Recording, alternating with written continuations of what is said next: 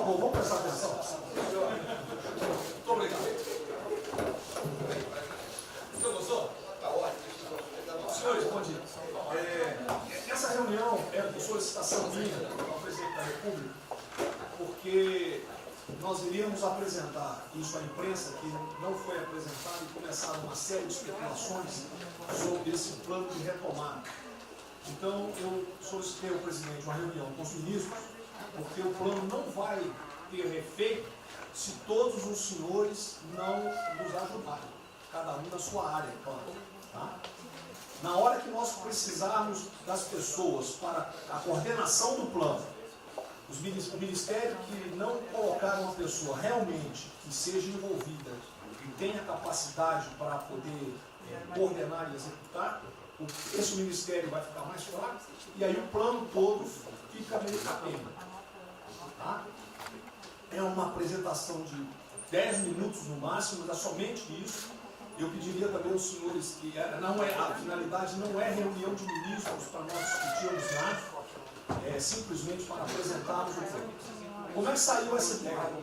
Eu estava conversando com diversos ministros, entre eles Rogério Marinho, o Tarcísio, inclusive o nome do plano, eu roubei do plano do Tarcísio, né? Pedi autorização a ele e roubei. É um plano Marshall brasileiro. Né?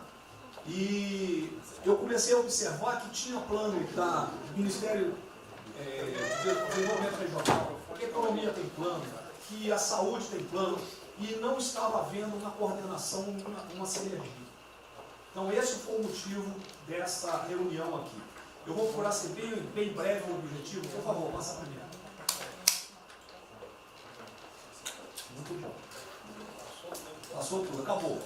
Então vamos acabar. Você está no fim, está errado, cara. Passa primeiro, muito bem. Os senhores podem observar o seguinte. Eu conversei com o presidente. O problema, nós estamos invertendo a questão de uma lógica de raciocínio. Nós temos um problema, né? Nós temos esse problema, temos que ver quais são as consequências negativas desse problema. Todo mundo sabia, sanitárias e econômicas. Ninguém tem dúvida, com reflexo em todos os ministérios. Mas o foco não é na solução do problema. O foco hoje, de uma maneira geral, é quem é o culpado. Tá? E nós queremos recolocar, vamos dizer assim, readequar isso aí para como o governo deve reagir a esse problema para achar uma solução para as duas consequências negativas que ocorrem. Próximo. Então, é um programa. O programa se chama Pro Brasil. Tá? Dou crédito ao azar do Tarcísio por ele ter conversado comigo. Eu gostei e roubei. Né? Pro Brasil é um programa para integrar, aprimorar ações estratégicas. Os senhores vão ver que o foco, ele não é de governo, ele é de Estado. Eu estou tentando fazer uma projeção de 10 anos. Tá? Nós vamos ter que fazer isso. Para a retomada do crescimento socioeconômico em resposta aos impactos relacionados ao coronavírus. Tá? Pode passar. As dimensões do programa são essas aí. Tá? Ele pega um modelo de governança, ele busca melhoria da produtividade, investimentos estruturantes e ações estratégicas do setor público. Vai. O programa se divide em duas etapas, ou duas partes. O Pro Brasil, deixa eu ver aqui que eu não estou conseguindo enxergar, Ordem, e o Pro Brasil Progresso. Tá? O Pro Brasil Ordem, que você não imprimiu para mim, que eu agradeço. Não, botou na página errada. Ele pega um arcabouço normativo, ele trata, essas são as medidas estruturantes dele.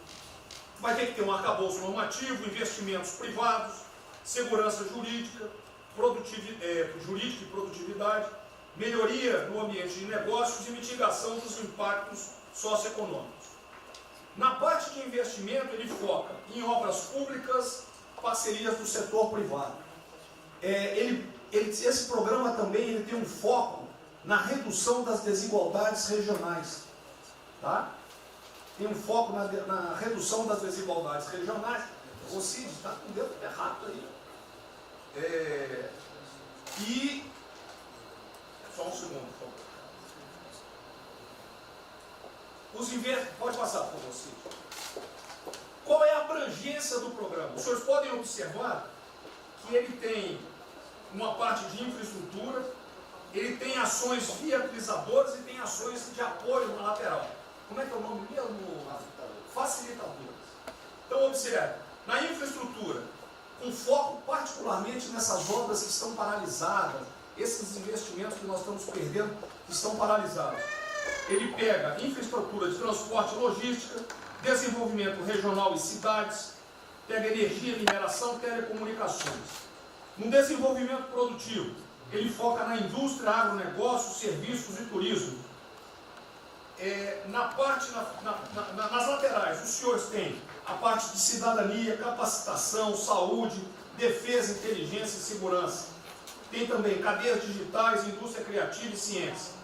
E nas viabilizadoras, que são transversais em toda a parte do programa, nós temos finanças e tributação, legislação e controle, meio ambiente e a parte institucional e internacional. Qual é o nosso time frame que nós estamos pensando aí? A estruturação do programa.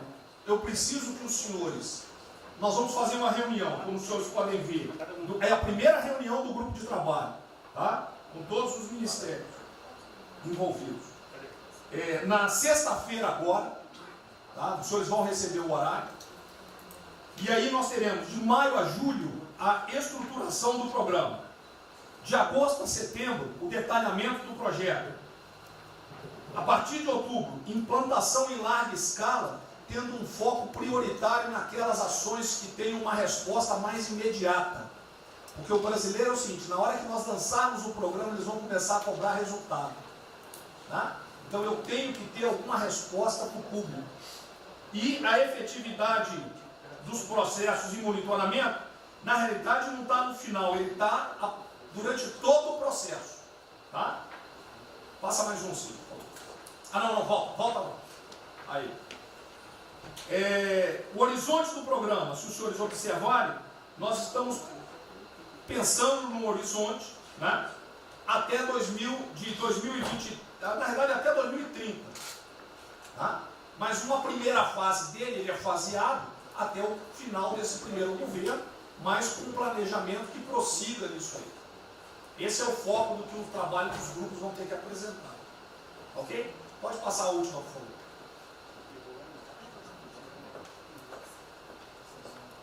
É sem som mesmo. Certo? Só um layout para os senhores. Então, na sexta-feira, eu solicitaria que os senhores, quando enviassem os representantes, esses representantes já viessem com uma noção dos programas ou do que os senhores pretendem dentro dos ministérios de vocês. Uma primeira ideia, e nós vamos partir disso para elaborar isso aí. O trabalho não será feito aqui é somente uma coordenação. Cada ministério vai fazer e nós vamos coordenar. O presidente era só isso. Vamos dar a palavra para o Guedes, com respeito aos demais, acho que o ministro mais importante nessa missão. Eu queria fazer a primeira observação seguinte: não chame de plano Marshall que revela um despreparo enorme. Não, isso aqui foi só aqui agora. Quando se falou em plano Marshall, para o Brasil é um nome espetacular. 10, 1000. Plano Marshall é um desastre. Revela despreparo nosso. Plano Marshall, por exemplo, os Estados Unidos podem fazer um plano Marshall para nos ajudar. A China deveria financiar um plano Marshall para ajudar todo mundo que foi atingido. Então, a primeira linha da equação, a gente tem que tomar muito cuidado, isso aqui é o plano pro Brasil. Nos fala plano Marshall, é um desastre, vai revelar a falta de compreensão das coisas. A segunda coisa é o seguinte: é super bem-vinda essa iniciativa para nos integrarmos todos. Agora, não vamos nos iludir. A retomada do crescimento vem pelos investimentos privados, pelo turismo, pela abertura da economia, pelas reformas. Nós já estávamos crescendo. Voltar numa agenda de 30 anos atrás que é investimentos públicos financiados pelo governo. Isso foi o que a Dilma fez 30 anos. Então está cheio de gente pensando nessa eleição agora e botando coisa na cabeça de todo mundo aqui dentro.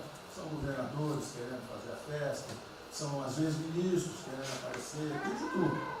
E todo mundo vem aqui, vamos crescer, agora temos que crescer, tem que ter resposta imediata, o governo vai gastar. O governo quebrou. O governo quebrou. Em todos os níveis. Prefeitura, governador e governo federal. O que nós conseguimos fazer? Nós sinalizamos o contrário. Nós desalavancamos o banco público, reduzimos o endividamento, baixamos os juros e o Brasil ia começar a voar. Então, se a gente lançar agora um plano, todo o discurso é conhecido, acabar com as desigualdades regionais, na língua, claro, está lá, são os detalhes dele. É bonito isso, por isso é que o Lula e a Dilma estão fazendo há 30 anos. Se a gente quiser acabar igual a Dilma, a gente segue esse caminho. Então, eu acho o discurso bom, mas nós temos que tomar cuidado e reequilibrar as coisas. Não pode o ministro, para querer ter um papel preponderante esse ano, destruir a candidatura do presidente, que vai ser reeleito se nós seguirmos o plano das reformas estruturantes originárias. Então, eu tenho que dar esse recado, uma vontade de exposição, nós vamos ajudar tudo, mas nós não podemos nos iludir. O caminho desenvolvimentista foi seguido. O Brasil quebrou por isso. O Brasil estagnou. A economia foi corrompida, a política foi corrompida. A economia estagnou através do excesso de gastos públicos. Então, achar agora que você pode se levantar pelo suspensório, como é que o governo quebrado vai investir, vai fazer grandes investimentos públicos? Tarcísio sabe disso, conversando sempre. Tarcísio sabe o seguinte: quanto é que você consegue, Tarcísio, passar de 5 bi para quanto? Para 15, para 20, para 30? Multiplicou por 6. Quanto é que você consegue de investimento em concessões? 250. Tá certo? Então, ó, tem 100 bilhões vindo para saneamento. Tinha 100 bilhões que viriam, as 17 maiores petroleiras do mundo viriam para a nossa seção onerosa. 100 bilhões de seção onerosa, 100 bilhões de mineração, 100 bilhões de saneamento, 230 bilhões de concessões, 500 bilhões. Cadê o dinheiro do governo para fazer isso? Não tem. Então, quem está sonhando é sonhador. A gente aceita. Politicamente, a gente aceita. Vamos fazer todo o discurso da desigualdade, vamos gastar mais, precisamos eleger o presidente. Mas o presidente tem que pensar daqui a 3 anos.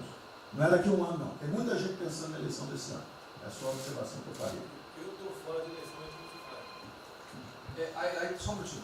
A ideia aqui, ninguém falou em investimento público por enquanto. Inclusive, nós falamos ali em investimento, falamos inclusive em investimentos privados. O que tem que acontecer é o seguinte: eu estou vendo um plano de pouca gente, nós temos que centralizar a imprensa, a economia, falar exatamente o que pode, o que não pode. Fundamental a coordenação. Até para isso na imprensa que está saindo. Que são na imprensa assim, plano Marshall e economia está fora. Quer dizer, alguém foi para a imprensa e falou: vê o plano Marshall ali, a economia está fora. Quer dizer, enfraquecer o nosso discurso no momento desse é uma tolice, é um atentado contra nós mesmos. Questão da imprensa, eu acho que eu resumi hoje dentro do palácio 20 segundos. Eu não vou falar com vocês, que vocês não deturpam, vocês inventam e potencializam. Tem que ser o papel de cada um, não pode um sair daqui no cantinho, foi mais ou menos. Não pode falar nada, tem que ignorar esses caras, 100%. Senão a gente não vai para frente. Tem que estar sendo pautado para esses pulhas, o tempo todo jogando um contra o outro. É a Pedro Cristina contra mim, não pode jogar a Pedro Cristina, joga ela contra mim, o tempo todo. Tá? Então, se a gente puder falar zero com a imprensa, é essa aí. Bom, eu vou ser muito rápido aqui, general. Primeiro, parabéns. É fundamental esse processo de coordenação e de centro de governo. Nós precisamos ter isso cada vez mais aprofundado e com melhor qualidade. Segundo, eu quero, não precisa, mas eu quero me somar a essa visão do ministro Paulo Guedes, porque vamos lá. Nós recebemos o governo com 36 mil obras paradas. Oriundas da onde? Do PAC. Só para lembrar. O Abraão tem não sei quantas mil creches. 3 mil creches paradas que somam nessas 36. Então, o que nós trouxemos para o Brasil e como é que nós começamos o ano, e eu vou lembrar, presidente, o senhor sempre disse, é muito triste ver um brasileiro chegar no exterior e ser recebido com o manto da desconfiança. Pois nós passamos, Paulo Guedes, o ano todo, Tarcísio, Tereza, Bento, o nosso ministro Marcos Pontes e outros, andando pelo mundo e fazendo o quê? Vendendo o Brasil. Terminamos o ano, lembra do número, 482 bilhões de investimentos para os próximos 20 anos. Uma boa parte, mineração, petróleo, por aí vai. Recebemos 90 bilhões de bônus de outorga. Nós temos 10 bilhões de dólares do governo da Arábia Saudita que precisa definir onde é que vai votar. Mas o príncipe autorizou. São 50 bilhões de reais. A dinheiro de hoje. Então, eu tenho convicção de que nós temos que continuar fazendo o que a gente vinha fazendo. Ou seja, aprofundando a participação da sociedade. Nós temos uma coisa emblemática aqui, que é a Lei da Liberdade Econômica, que pela primeira vez na história do Brasil, desde que o Brasil é Brasil, o cidadão diante do Estado tem razão, até que o Estado prova o contrário. Foi isso que fez os americanos, que há 200 anos atrás eram muito mais pobres do que nós, ser muito mais ricos do que nós. Então, o aprofundamento são sim das reformas, é sim ousar e ter uma reforma tributária que baixe o imposto no Brasil, reduz a carga tributária, estou falando sério. A gente nunca discutiu isso entre nós, mas isso tem que caminhar para isso. Por quê? Porque aí nós damos fôlego à iniciativa privada para que ela faça o que tem que fazer e nós vamos ser mediadores desse processo. Apenas.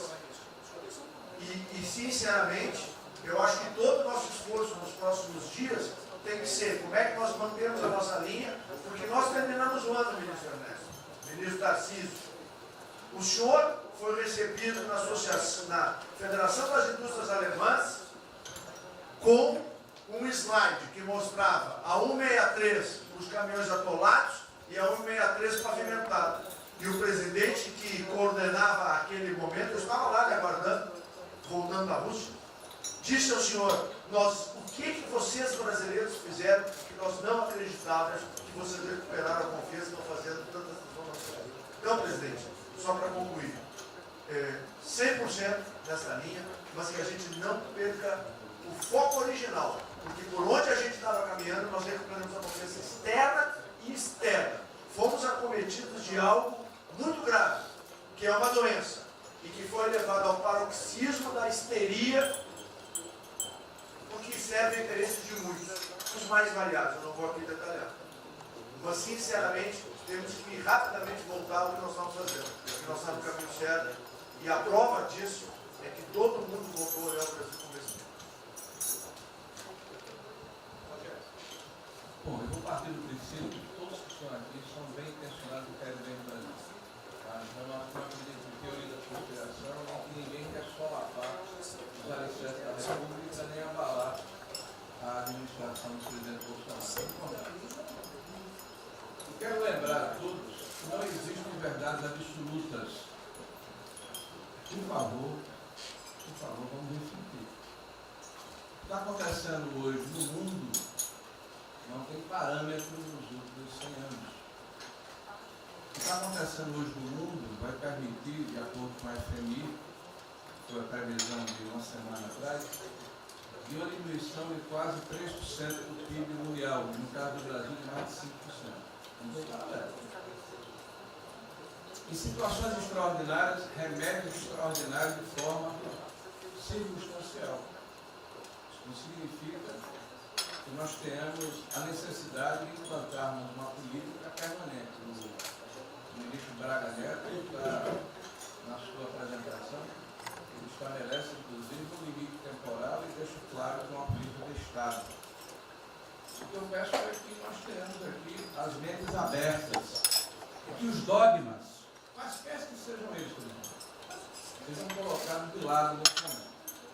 Porque os governos do mundo, certamente, têm a capacidade de entender o que está se passando.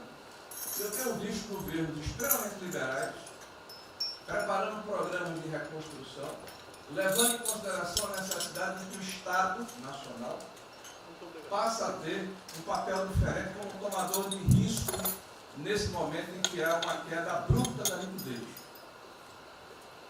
O ministro Onyx fala com muita propriedade da Arábia Saudita nos 10 bilhões de dólares. É bom lembrar, está aqui o ministro Bento, que está se pagando para se retirar petróleo do mundo. Os países vão utilizar suas respectivas liquidez para resolver os seus problemas de infraestrutura e de retomada das suas economias. Nós temos que ter segurança jurídica, Sr. Presidente, respeito a contratos, Sr. Presidente, capacidade de alavancar recursos privados com a inversão de recursos públicos, sim. É bom lembrar que eu tenho ouvido falar, não sei se é verdade, depois vai colocar na ponta do lápis, que a gente pode chegar a 600 bilhões de reais esse ano de ajuda a empresas e a pessoas físicas. Recursos do governo federal, fruto de endividamento do governo, desse governo, que vai terminar o ano com um déficit 4, 5, 6 vezes maior do que estava precificado no início do ano. Caiu um meteoro sobre as nossas cabeças. Então, por favor, nós não podemos começar a discussão com verdades absolutas e com dogmas estabelecidos ao longo de 100 anos, em função de uma catástrofe que se abateu sobre o mundo, e os governos de todo o mundo estão se debruçando sobre o assunto, entendendo que muda o papel do Estado. Senhor Presidente, é bom lembrar que quando houve a unificação da Alemanha, eu acho que esse é um fato histórico irrefutável, o Estado alemão entendeu e fez um pacto de que haveria necessidade de investir em capital humano e infraestrutura na Alemanha Oriental para diminuir desigualdades regionais. E esse é um pacto do Brasil. Essa pode ser uma catástrofe que vai nos afundar, ou pode ser uma onda para a gente surfar, uma alavanca para reparar o país. Todos os países do mundo estão submetidos ao mesmo processo. Vai depender da nossa capacidade de termos uma opção clara de que forma vamos sair desse problema. Se vamos gastar 600 bilhões de reais para resolver uma situação que é emergencial e todos reconhecemos que é necessária, e darmos segurança à população, no caso alimentar, para evitarmos o caos, para diminuirmos a mortandade das empresas, tudo bem, está correto, essa é a boa direção. Por que não 5, 6, 7% desse total, 10% desse total, em obra de infraestrutura? Por que não termos a capacidade de alavancarmos o emprego no momento em que a retomada, todos os economistas aqui reconhecem, vai ser muito lenta? Bom, eu só estou falando isso, presidente, para que nós possamos ter essa discussão sem dogmas, sem verdades absolutas, sem a preocupação de que as coisas continuam como eram antes. Não são como eram antes. Aqui e no mundo inteiro. É isso.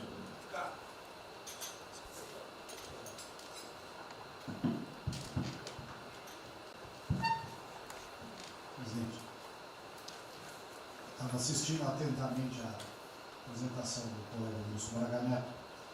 Na parte final, no slide das questões transversais, ao meio ambiente, mas eu acho que o que eu vou dizer aqui sobre o meio ambiente se aplica a diversas outras matérias. Nós temos a possibilidade, nesse momento que a atenção da imprensa está voltada quase que exclusivamente para o Covid e daqui a pouco para a Amazônia, o general Mourão tem feito os trabalhos preparatórios para que a gente possa entrar nesse assunto da Amazônia um pouco mais calçado, mas não é isso que eu quero falar. A oportunidade que nós temos, que a imprensa não está nos dando um pouco de alívio nos outros temas, é passar as reformas infralegais de desregulamentação, simplificação, todas as reformas que o mundo inteiro, nessas viagens que se referiu ao Mix, certamente cobrou dele, cobrou do Paulo, cobrou da Tereza, cobrou do Tarcísio, cobrou de todo mundo, da segurança jurídica, da previsibilidade, da simplificação. Essa grande parte dessa matéria, ela se dá em portarias e normas dos ministérios que aqui estão, inclusive de meio ambiente, e que são muito difíceis, e nesse aspecto acho que o meio ambiente é o mais difícil de passar qualquer mudança infralegal em termos de infraestrutura, instrução normativa e portaria, porque tudo que a gente faz é pau no judiciário, no dia seguinte. Então, para isso precisa ter um esforço nosso aqui, enquanto estamos nesse momento de tranquilidade, no aspecto de cobertura de imprensa, porque só fala de Covid, e ir passando a boiada, e mudando todo o regramento, e simplificando normas, de IFAM, de Ministério da Agricultura, de Ministério do Meio Ambiente, de Ministério disso, de Ministério daquilo. Agora é a hora de unir esforços para dar de baseada a simplificação regulatória que nós precisamos, em todos os aspectos. E deixar a AGU, o André não está aí, né? E deixar a AGU de stand-by para cada pau que tiver, porque vai ter. Essa semana mesmo nós assinamos uma medida a pedido do Ministério da Agricultura, que foi a simplificação da lei da Mata Atlântica para usar o Código Florestal. Hoje já está nos jornais dizendo que vão entrar com ações judiciais e ação civil pública no Brasil inteiro contra a medida. Então, para isso, nós temos que estar com a artilharia da AGU preparada para cada linha que a gente avança. Mas tem uma lista enorme em todos os ministérios que têm papel regulatório aqui para simplificar. Não precisamos de Congresso. E coisa que precisa de Congresso também, nesse fuso que está aí, nós não vamos conseguir aprovar. Agora tem um monte de coisa que é só parecer, caneta. Parecer, caneta. Sem parecer também não tem caneta. E dar canetada sem parecer é cana. Então, isso aí vale muito a pena. A gente tem um espaço enorme para fazer. Enfim, acho que essa é uma questão importante que estava aí nos slides, Você vê que a jurídica também está embaixo. Isso, exatamente. Só para os senhores entenderem o seguinte, isso aqui é coordenação dos planos que eu sei que todos estão fazendo. Tá? Coordenação. O que vai ser possível executar ou não, vão entrar nas limitações que nós temos, e o que tiver conflito será levado à decisão do presidente. Agora, nós temos que andar com isso rápido, porque a queda do desemprego, o país está sem esperança, nós temos que fazer isso andar. O pessoal da iniciativa privada está nos procurando, a gente tem que dar um rumo nisso aí. Bom, a ideia é essa. Me ligou agora de manhã o Eduardo Gouveia Vieira, da Fiujan. Ele quer fazer uma videoconferência onde mais de 300 empresários do Rio, que é um pouquinho abaixo do potencial de São Paulo, para hipotecar solidariedade. A ideia que nós temos de reabrir o comércio. A desgraça que vem pela frente, eu acho que o Paulo vai fazer até legal, Paulo. Eu não sou economista não. Vai ser uma porrada muito longa, você pode imaginar. Não só apenas nos informais. Eu acho que bateu a 10 milhões de carteiras assinadas por saco. E os governos estaduais não têm como pagar salário. Não tem. Maio, metade do estado não tem mais como pagar salário mais. A desgraça está aí. Eles vão querer empurrar essa trozoba para cima da gente. Esse pessoal aqui do lado vai querer empurrar. E a gente vai reagir, porque aqui não é saco sem fundo. Tá? Então essa preocupação vamos ter. Paralelamente a isso, é o AB da vida, enchendo o saco do Supremo, para abrir processo de bicho, porque não apresentei meu exame de vírus, essas frescuradas todas. E todo mundo tem que estar ligado. Não é apenas cuidar do seu ministério nessas questões que estamos tratando aqui, é tratar da questão política também. Tá certo? Então essa preocupação temos que ter, porque a luta pelo poder continua a todo vapor. E sem neurose da minha parte. Tá? O campo fértil para aparecer umas porcaria aí, né? Levantando aquela bandeira do povo ao meu lado, não custa nada. E o terreno fértil é isso: desemprego, caos, miséria, desordem social e outras coisas mais. Então essa preocupação todos devem ter. Né? Não é, tá bom, o Ministério fatura, deu merda no colo do presidente. Não pode ser assim. Hoje eu vi o Magno Malta me defendendo. O Magno Malta, desculpa aí, foi tratado lá atrás para ser vice. Depois resolveu não ser, tudo bem. Depois foi tratado para ser ministro, tudo bem. Agora, politicamente, ele nunca me deu uma alfinetada e sempre está defendendo os problemas que ele tem. Então, não é o ministro em peito aberto entrar no covil dos leões. Mas não pode. Né? Por exemplo, quando se fala em possível impeachment, ação no Supremo, baseado em filigranas, eu vou em qualquer lugar no território nacional. Ponto final. O dia que for proibido de ir para qualquer lugar do Brasil, pelo Supremo acabou o mandato. E espero que eles não decidam, ou ele, né, monocraticamente, querer tomar certas medidas, que daí nós vamos ter uma crise política de verdade. E eu não vou meter o rabo dentro da ferro. Zero. Certo? Porque se eu errar, se achar um dia ligação minha com o empreiteiro, dinheiro na conta nas ruas, porrada, sem problema nenhum. Vai para o impeachment e vai embora. Agora, com frescura, com babaquice, não. Até em cima do que eu falei, em frente ao Forte Apache. Eu sou o chefe supremo das Forças Armadas. Ponto final. O pessoal estava lá, eu fui lá, dia do Exército. E falei algo que eu acho que não tem nada demais. Mas a repercussão é enorme. Oh, AI-5. Cadê o AI-5? Acabou, o AI-5 não existe adicional no Brasil mais. É uma besteira. Artigo 142. É um pessoal que não sabe interpretar a função. Agora, em cima disso, fazer uma onda. Vamos ouvir deputados, empresários, seja o que for. Agora, quando a Câmara fala lá dentro, uma homenagem a Che Guevara, a Mao Tse Tung e tudo mais, não tem problema nenhum. Quando o Partido Comunista do Brasil faz suas convenções e do lado lá, Fidel Castro, então não tem problema nenhum. Quando um coitado levanta uma placa de AI-5, que eu estou me lixando para aquilo, não existe AI-5. Não existe. Artigo 42. Nós queremos cumprir o artigo 42, todo mundo quer cumprir o artigo 42. E haver necessidade, qualquer dos poderes pode, né, pedir às Forças Armadas, né, que intervenham para restabelecer a ordem no Brasil, naquele local, sem problema nenhum.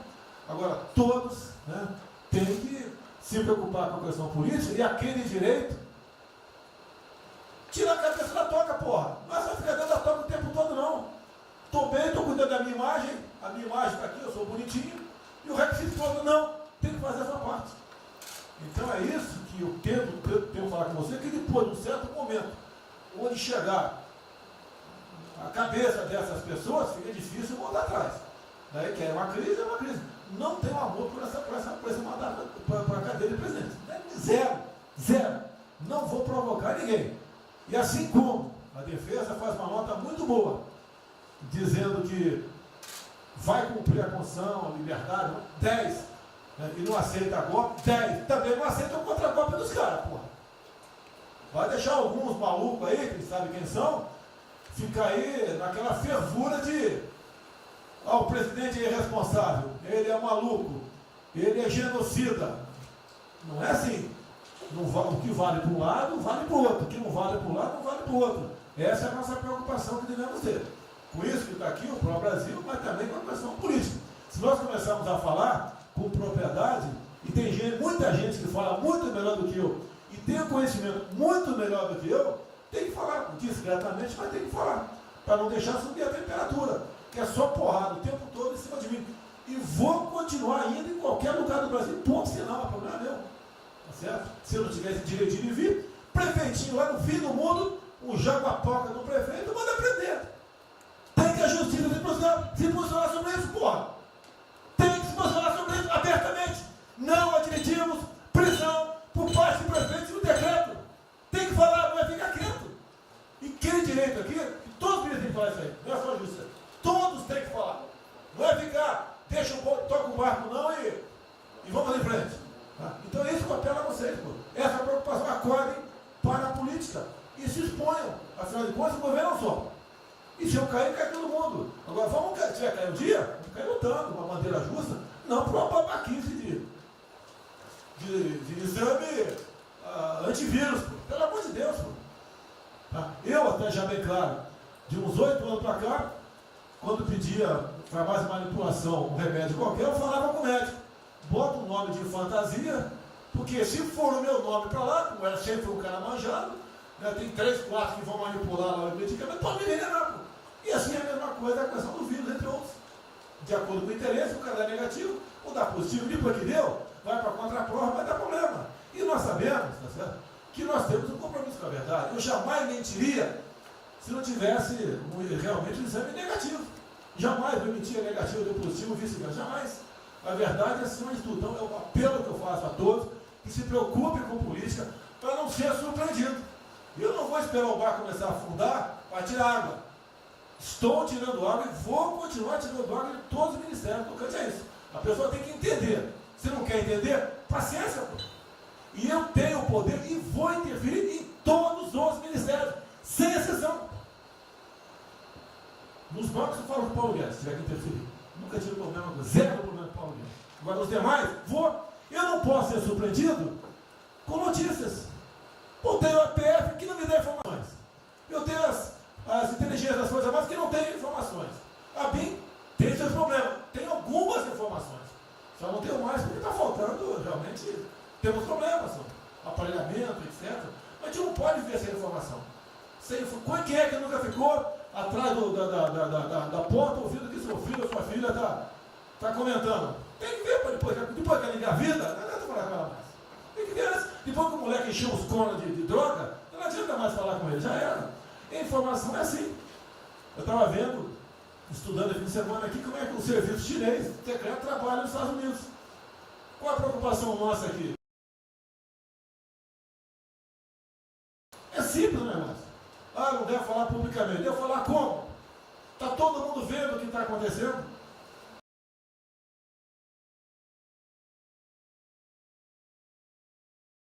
Tudo bem. Você tira do porra. Não tira. É uma realidade. Não adianta esconder mais, tapar o sol com a peneira. Vai em alguns ministérios, tem gente descontada aqui dentro. Então não quer zero. Precisamos dele para vender? Sim, isso precisa também de nós. Que se não precisasse, não estaria comprando a soja da gente, não. Precisam. E é um negócio, pô. E devemos aliar com quem tem alguma afinidade conosco, para a gente poder fazer valer a nossa vontade naquele momento. Não adianta se esconder aqui, depois tem um problema, daí liga para o tio, fala, pô, cara, você me ignorou até hoje? Você só não me chamou de imperialista, igual a esquerdalha e o FHC falava no passado. No resto, agora não dá mais. Então essa é a preocupação que temos que ter, a questão estratégica, que não estamos tendo. E me desculpe, o serviço de informações nosso, todos, são uma vergonha, que eu não sou informado. E não dá para trabalhar assim, fica difícil. Por isso, vou interferir. E ponto final, pô. Não é ameaça, não é extrapolação da minha parte, é uma verdade. Como eu falei, né? Deus ministério para os senhores. O poder de veto. Mudou agora, tem que mudar. E eu quero realmente governar o Brasil. Nós precisamos de todos aqui, como disse o Marinho, né? Aqui é o mesmo barco. Se alguém cavar no porão aqui, vai todo mundo para o saco aqui, vai todo mundo morrer afogado. Então é isso que a gente precisa. É pensar além do que tem que fazer internamente aqui. Quando explodiu em metro, conversei com o Paulo Guedes. Desculpa a linguagem, é uma putaria. Putaria em metro. Trocar tacógrafo, trocar taxímetro, botar chip na bomba de combustível. Putaria, igualzinho tomar 3 pinos. Está muito bem agora, a empresa enfiou porrada. Ah, botou um coronel. O coronel foi formado pelo INE. Eu ia botar um coronel, você vai ter uma formação. Tá? E assim nós devemos agir. Como está discutindo agora, IFAM, está lá vinculado à cultura. Eu fiz a cagada em escolher, não escolher uma pessoa que tivesse também outro perfil. Uma excelente pessoa que está lá, tá? Mas tinha que ter outro perfil também. E vamos parar com a capa no Brasil. Compara com o Luciano Hang. Encontra lá um cocô petrificadinho e para a obra. Para a obra. O que tem que fazer? Alguém no IFAM que resolva o assunto. E assim nós temos que proceder. E assim, cada hora, como eu falei da Tereza Cristina, que mudou a questão normativa, revogou a questão normativa, ajudou 400 mil pessoas no Vale do Ribeira, parabéns. Assim são outras decisões. A questão de armamento, tá? As questões de... por quê? Espera aí. Ministro da Justiça, por favor. Foi decidido há pouco tempo que não podia botar algema em quase ninguém. Por que estão botando algema em cidadão que está trabalhando, ou mulher que está em praça pública, e a justiça não fala nada? Tem que falar, pô! Vai ficar quieto até quando? Ou eu tenho que continuar me expondo? Tem que falar, botar para fora, esculachar. Não pode botar algema. Decisão do próprio Supremo.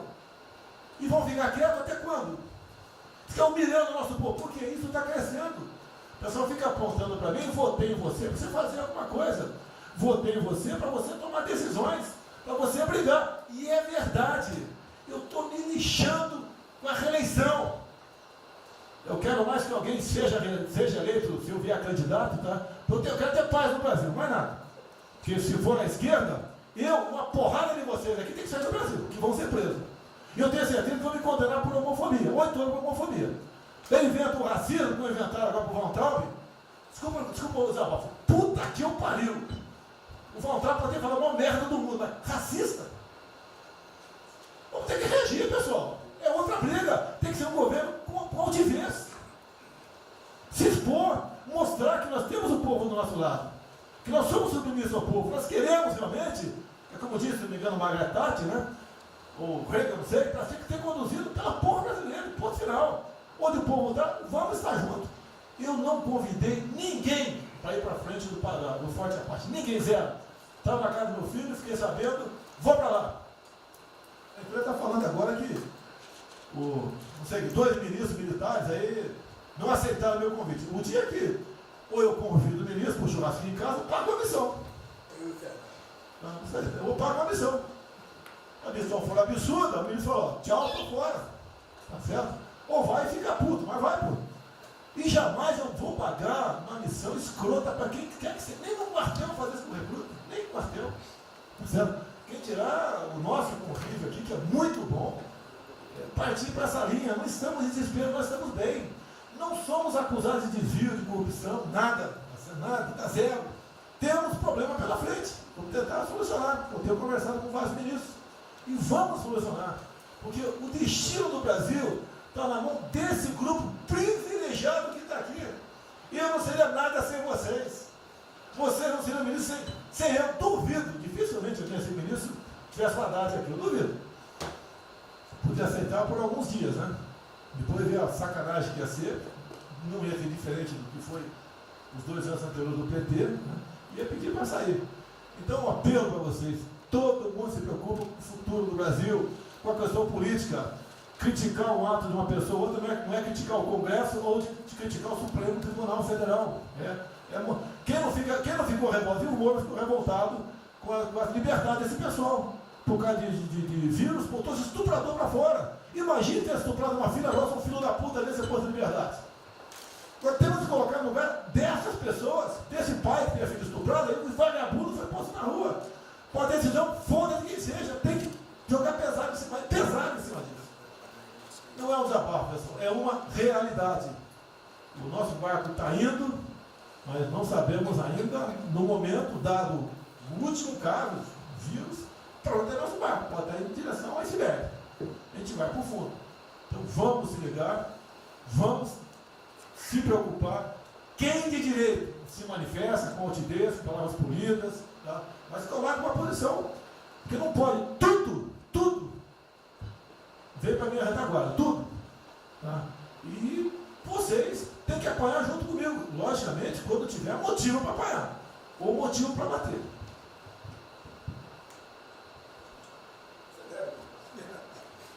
Não, eu já caí.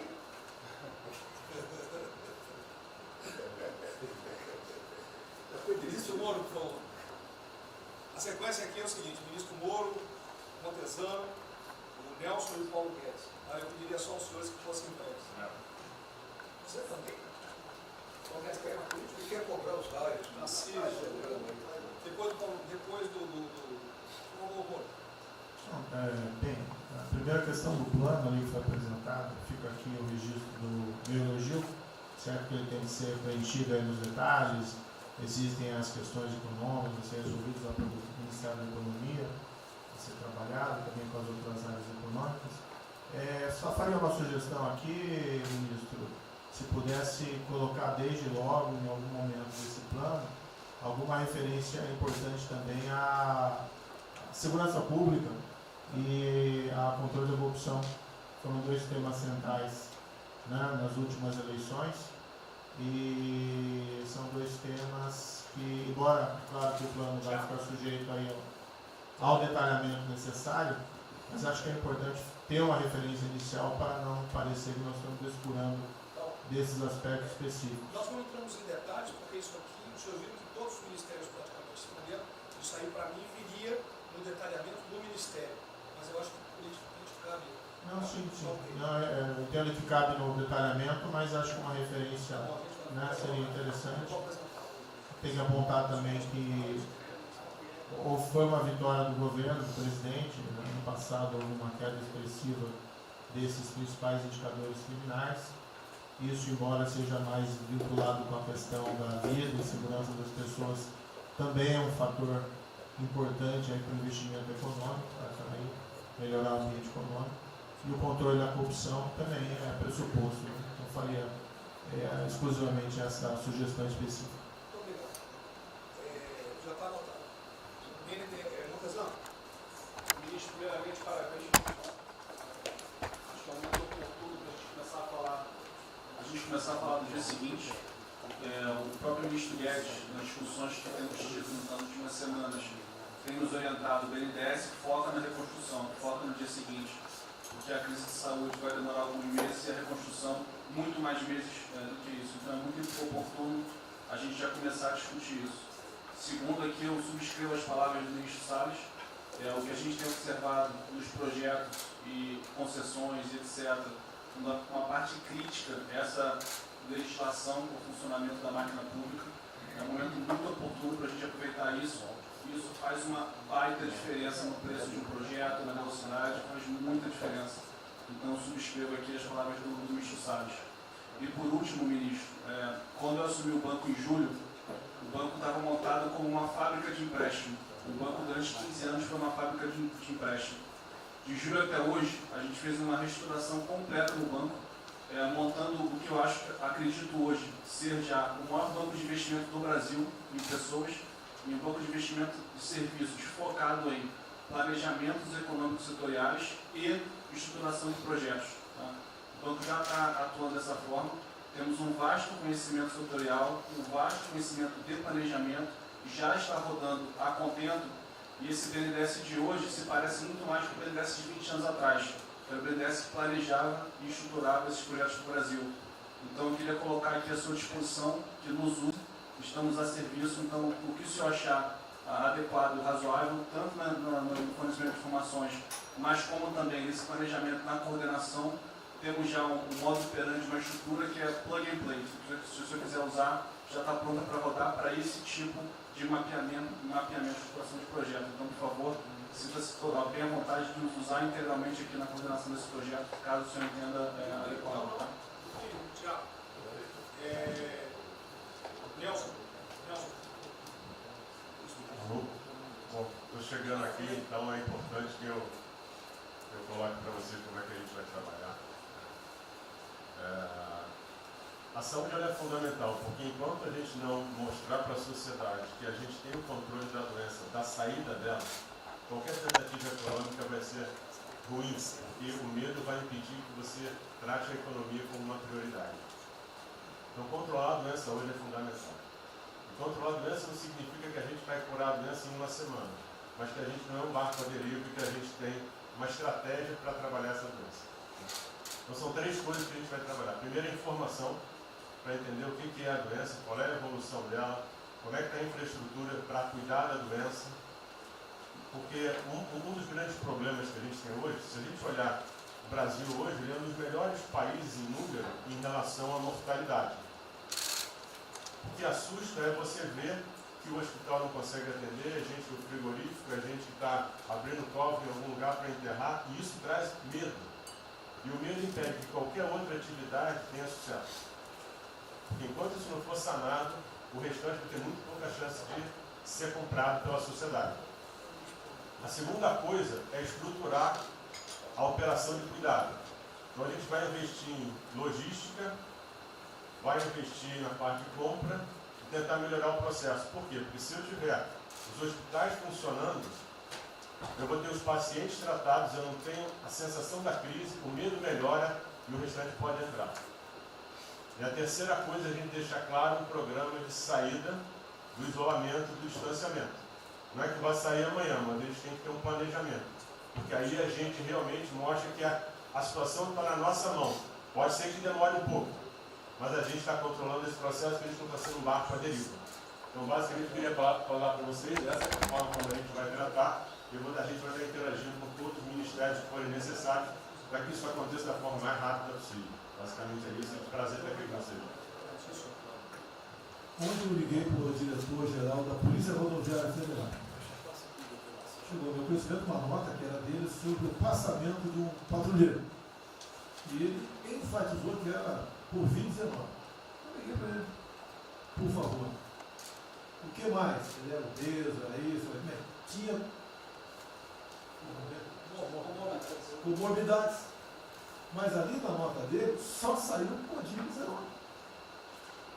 Então vamos alertar aquele direito do respectivo ministério, pode botar Covid-19, mas bota também, fibrose, um montão de coisa, não pensa nesse negócio, tem um montão de coisa lá. Para exatamente não levar um medo à população. E que olha, morreu um sargento do exército, por exemplo. A princípio é um cara que está bem de saúde, né? Um policial federal, né? Seja lá o que for. E isso daí não pode acontecer. Então, pede esse cuidado dos colegas, né? Aquele direito do respectivo ministério, que tem alguém encarregado disso, né? Tomar esse devido cuidado para não levar mais medo ainda para a população. Você perguntou, aí perguntou quanto tempo levaria para mostrar o plano, alguma coisa. Eu acredito que. Nós já conversamos hoje. Não, nós já conversamos hoje sobre isso. O COP está montando junto com a saúde. Tá? Eu não posso dizer. A gente está trazendo recurso para poder acelerar esse processo, porque na verdade a gente está correndo muito tempo. Enquanto a gente não conseguir controlar a percepção que a gente hoje tem condição de cuidar das pessoas, vai ser difícil. Né? E o problema da doença é que você pega um sistema que, se você falar em eficiência, os hospitais têm que ser eficientes. Então, quando você fala em eficiência, você vai quase no limite do cuidado. Você não tem sobra, você não tem gordura. Quando você pega uma doença que chega, que é muita gente ao mesmo tempo, você não consegue ter agilidade para preparar o sistema para cuidar dela. E a gente tem um problema adicional que a gente tem que tomar cuidado, que é o seguinte: quando você tem os hospitais com você tem muita gente falando de Covid, os hospitais estão diminuindo muito o atendimento, o que significa que eles vão ter problema financeiro. Se isso prorroga, esses hospitais vão ter cada vez mais dificuldade, você vai poder ter um hospital mais sucateado, um hospital fechado. O que está acontecendo hoje? Vamos botar em números hoje. A gente tem 4 milhões de pessoas hoje com a Covid. O Brasil hoje tem 212 milhões de pessoas. Tem 208 milhões que não estão tendo a atenção necessária. Você tem câncer, cardiovascular, isso tudo está represado, a demanda é reprimida. Quando você controlar a Covid, o não Covid vai chegar com tudo. Você pode pegar uma estrutura sucateada. Aí você só vai transferir o problema primeiro, que vai ser o medo da Covid e o medo da não Covid. Então a gente tem que estar preparado para isso tudo. Então não é só trabalhar o curtíssimo prazo, a gente tem que preparar para essa segunda fase que vai chegar também.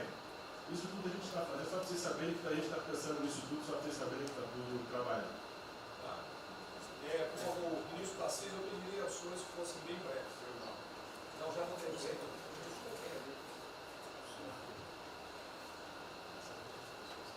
Só para louvar a iniciativa, acho que é importante essa coordenação da Casa Civil. Tenho certeza que é o que a sociedade espera isso de nós. A boa notícia é que a gente vem conversando com os investidores, eles estão interessados no nosso programa de concessão. Claro que a gente vai ter que ajustar alguma coisa nos projetos em função da percepção do nível de risco. E a gente vai fazer isso calibrando taxa de retorno, monitorando melhor agora a questão da demanda, né, reestimando a demanda nos projetos, mas a gente tem certeza que os projetos vão sair. Qual o cuidado que a gente tem que ter? A gente fala em 250 bi de investimento, só que concessão funciona o seguinte: o que a gente contratar agora vai gerar investimento em 2023, 2024, não é imediato. E a gente vai precisar de fazer alguma coisa imediata, e aí tem que ter a inteligência, porque também não adianta. Isso, me dá lá 30 bi por ano, não vou gastar, eu não vou usar. Eu não vou ter condição de usar isso. Né? Porque nos períodos altos lá que a gente executou mais, a gente consegue ali ter uma capacidade operacional de executar 13, 14 mil, não mais. E a gente já tem 8 de orçamento por ano. Então, no final das contas, a gente fazendo as contas e vendo o que nós já temos de projeto pronto, o que é necessário, que agrega valor imediato. É um 35 Maranhão lá, que leva a safra para o Porto de Itaqui, que se acabou. Ali eu posso fazer uma intervenção imediata. E o que a gente vai falar? Estou falando de pegar os 8 que a gente tem e agregar mais 3, mais 4. É essa a conta. Eu acho que isso é realmente necessário para gerar emprego, para dar a resposta que a sociedade está querendo e conjugando investimento privado. As duas coisas têm que andar juntas, né? E aí nós vamos dar um bom retorno. A gente está vendo aí o esforço que o BNDES está fazendo, acho que está fazendo um trabalho magnífico, trazendo o banco, trazendo o privado, o sindicato de bancos, para assumir uma responsabilidade que é deles também. O Banco Central injetou um monte de liquidez aí no sistema, para o dinheiro não ficar empossado, e aí preservando o caixa para atuar, né, nesses projetos de infraestrutura que vai ser fundamental. Então, eu acho que é essa linha que nós precisamos ter, né? E tivemos aí dois caras aí na história recente que pegaram terra arrasada e entraram para a história. Um foi o Roosevelt, o outro foi o Churchill. O terceiro vai ser o Bolsonaro. Primeiro Guimarães mesmo.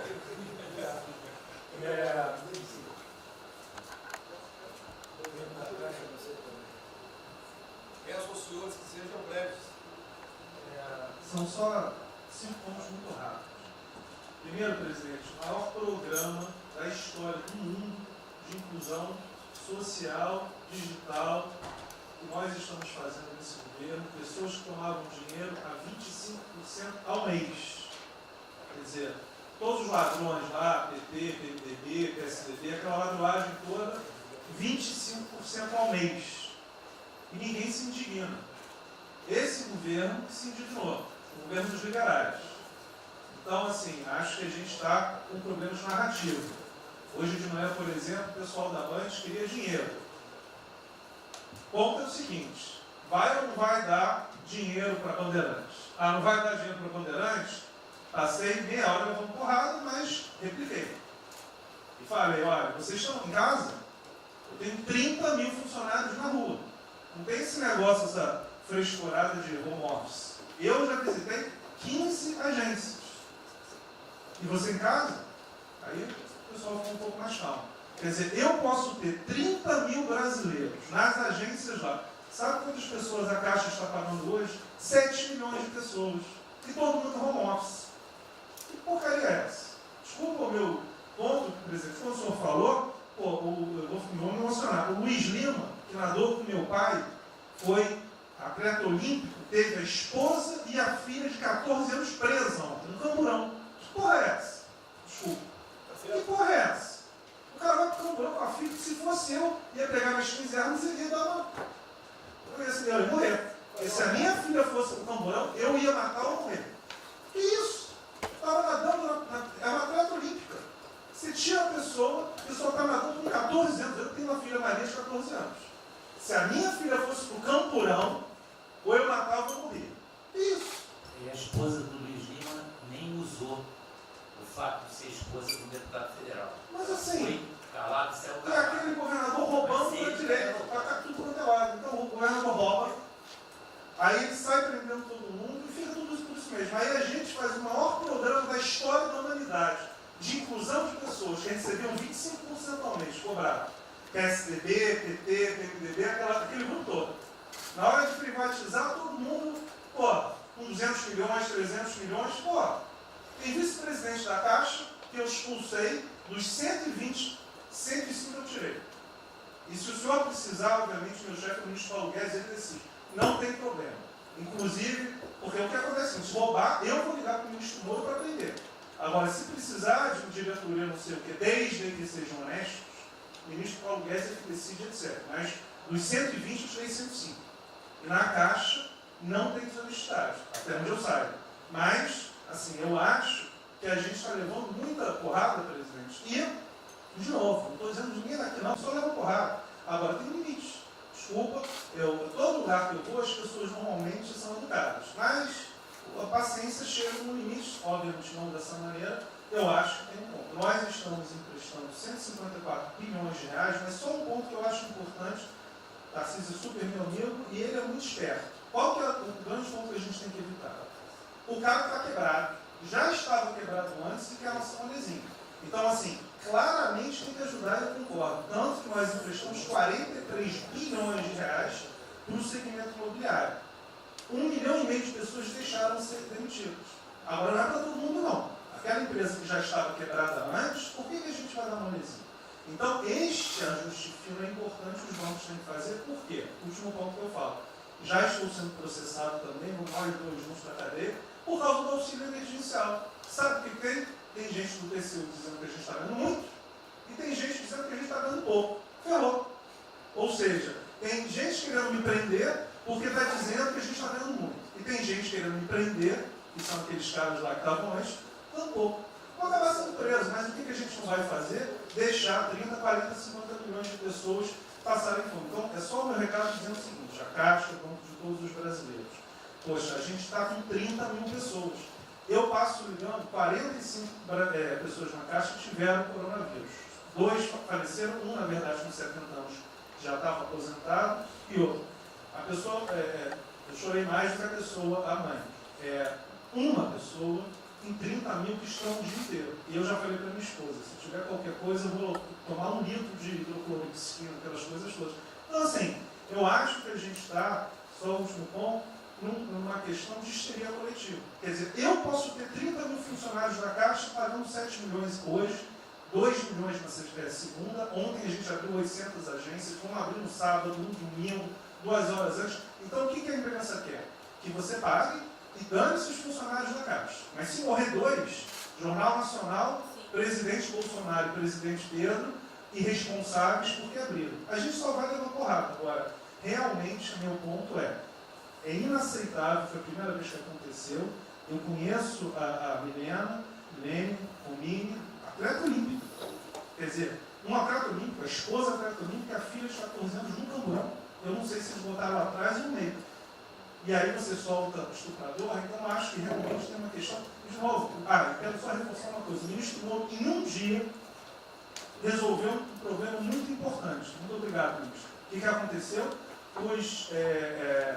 Os guardas, né, os que ficam dentro da agência, não poderiam, pela legislação, estar fora. O que aconteceu? O ministro, 5 horas, resolveu o problema. Então, nos próximos 90 dias, os atendentes da Caixa Econômica Federal, os guardas, vão poder ir para fora para ajudar a fila. Né? Ou seja, tem uma fila, tem 250 agências e tem 500 pessoas na fila. E aí, com a ajuda do ministro Moro da Polícia Federal, eles emitiram uma portaria. Então, só para finalizar, quero agradecer, ministro. Esse é um registro aí, até foi fácil de resolver, foi a Polícia Federal que resolveu. Ministro Ernesto, por favor. Volta a pedir que sejam breves. Obrigado. Rapidamente, sobre o plano. A dimensão internacional do plano, evidentemente, é fundamental, já está ali contemplado. Eu queria mencionar o seguinte: eu acho que é fundamental que essa dimensão internacional não seja simplesmente uma adaptação nossa ao cenário internacional, mas que ela leve em conta a capacidade que o Brasil hoje tem de influir no desenho de um novo cenário internacional. Eu estou cada vez mais convencido que o Brasil tem hoje as condições, tem a oportunidade de se sentar na mesa de 4, 5, 6 países que vão definir a nova ordem mundial. Um dia, na conversa do presidente com o primeiro-ministro da Índia, o indiano disse que vai ser tão diferente o pós-coronavírus, o pré, quanto o pós-segunda guerra, o pré.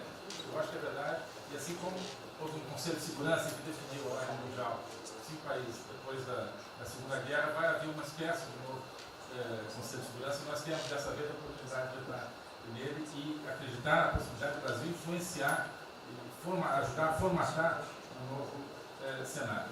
E esse cenário, acho que tem que levar em conta o seguinte: estamos aí revendo os últimos 30 anos de globalização. Vai haver uma nova globalização. O que aconteceu nesses 30 anos?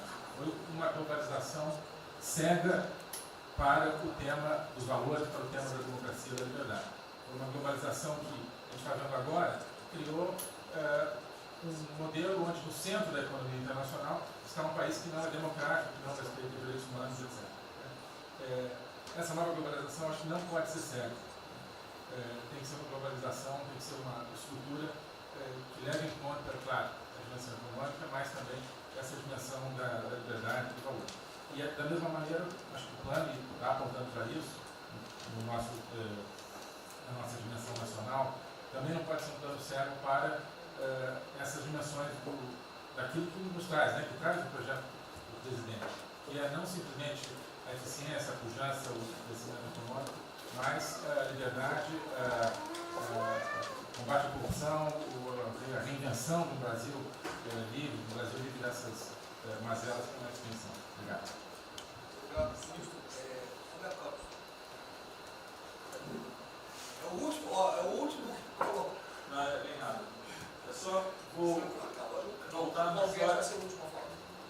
contar aqui uma história breve, que é lembrar que no fim do governo Dilma a taxa de juros era 14,5%, a curva, mas a taxa longa era 20%.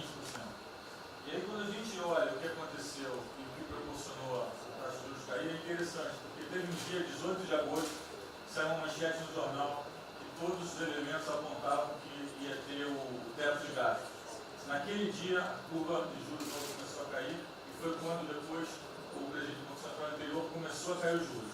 Ele caiu os juros até o nível de 6,5, estabilizou, teve a incerteza das eleições, com a incerteza do PT poder voltar, a taxa piorou. Depois, curiosamente, quando o mercado entendeu que ia ter a Previdência, foi quando abriu espaço para colocar os juros novamente. Então, a razão dos juros ter ido de 14,5, 15, 20 para o que está hoje foi o fato da sociedade do mercado ter entendido que o governo ia ter disciplina em relação às contas públicas. Isso a gente não pode esquecer. Tá? Me permite, Roberto, então você está dizendo aí que não só a Selic tem como uma taxa longa, nós devemos basicamente a PEC do teto, é isso? Isso. Estou dizendo exatamente isso. E depois também a Previdência. Então, dito isso, eu acho que é importante a gente passar essa mensagem. Um outro tema só, aí em relação ao plano, 3 pontos só que eu acho importantes. A gente tem feito reuniões entre os banqueiros centrais de vários países do mundo, quase todas as semanas. Eu acho que tem 3 pontos que são importantes. Primeiro, existe um consenso hoje que o mundo privado está com muito medo de tomar risco. Então, que não vai ter como ter uma saída rápida sem que o governo não entre de alguma forma tomando risco. Porque o mundo privado está com medo de tomar risco pelo fator medo. Que é o fator que o doutor mencionou, que eu acho que é muito importante. Se amanhã você demitir todo mundo no estádio de futebol, que é um jogo, será que todo mundo vai sair de casa e vai? Qual é o fator medo? E o fator medo é interessante, porque quanto mais informação você tem, mais medo você tem. Porque a mídia joga medo. Então você tem hoje uma classe mais alta que tem mais medo que a classe mais baixa, exatamente porque eles têm mais acesso à informação e a informação enviesada. Então, o primeiro ponto é esse tomar risco. O segundo ponto rápido é um tema que eu acho que está muito crescendo também, crescendo bastante, que é a análise, que a gente chama de análise intertemporal. Quando você faz uma ajuda, quando o governo faz um gasto, geralmente acontece 2 coisas. Ou você bota fundo perdido, ou seja, esse gasto não vale nada, e aí vai ter um reflexo na economia, na taxa de juros, ou as pessoas exageram falando esse gasto vai ser multiplicador. Provavelmente não é nenhuma coisa nem outra. O que eu acho que falta de analisar os gastos do governo é o quanto desse gasto que eu recupero lá na frente, via preservar empregos, via manter uma empresa viva, que ia morrer. Então, eu acho que falta análise completa do gasto. O gasto nunca é fundo perdido. Também ele nunca é muito multiplicador, ele é um meio do caminho de uma coisa e outra.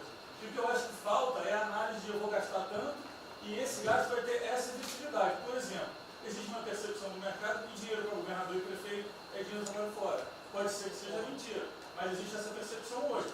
E tem vários vídeos rodando por aí, os senhores devem ter visto, de que o dinheiro vai para a prefeitura e não vai parar, porque vai em bem intangível, que é difícil de controlar. Vai em programa que a pessoa nunca tem como monitorar. Então, acho que é importante esse tema de fazer essa análise intertemporal e ver realmente qual é a eficiência do gasto. E por último, último ponto, conversando com investidores, a gente tem feito isso, inclusive nós fizemos uma conversa, 2 bancos centrais com investidores, inclusive de infraestrutura, e o problema principal que aparece em toda a conversa no Brasil, do investidor privado, é que no passado, toda vez que o investidor privado entrou, teve muita sacanagem. O tema da governança é super importante. Então, eu estava conversando com o Marinho, a coisa mais importante desse projeto, na minha opinião, é garantir que a governança é boa. O investidor privado ter certeza que ele vai estar junto com o governo, ou ele vai estar em grande parte tomando risco, às vezes o governo vai tomar um pouquinho, mas que é uma coisa que ele não precisa se preocupar na frente da governança. E o jeito de melhorar a governança é colocar agentes internacionais que fazem governança mundial. A gente conversou um pouco sobre isso. Só isso, obrigado. Obrigado. Ministra Damares, por favor. Perdão, Marcelo já falou? Não. Ministra Damares. Ministro, parabéns pela ideia, mas eu preciso lembrar, e eu preciso fazer sempre isso para que a gente não perca o foco, a questão de valores, ministro. Esse governo tem um pilar dos valores. Não se pode construir nada neste governo sem a gente trazer valores. Nós estamos sabendo, e a gente está falando o tempo todo, que nós não seremos mais os mesmos depois dessa pandemia. O mundo não será mais o mesmo, nós não seremos mais o mesmo, e nós vamos ter que fazer uma revisão de políticas públicas no mundo todo e no Brasil. Nós vamos ter que nos reinventar, com certeza. Neste momento, o que nós estamos vendo aqui no nosso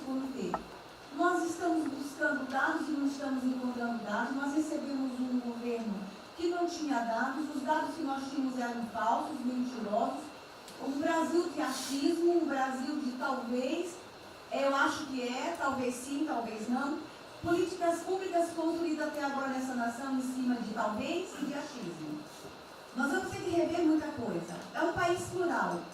Quando a gente foi buscar os povos tradicionais agora para a gente construir enfrentamento ao coronavírus, nós descobrimos, ministros, que nós temos 1.300.000 ucranianos no Brasil. Ninguém nunca falou de ucranianos para nós no Brasil.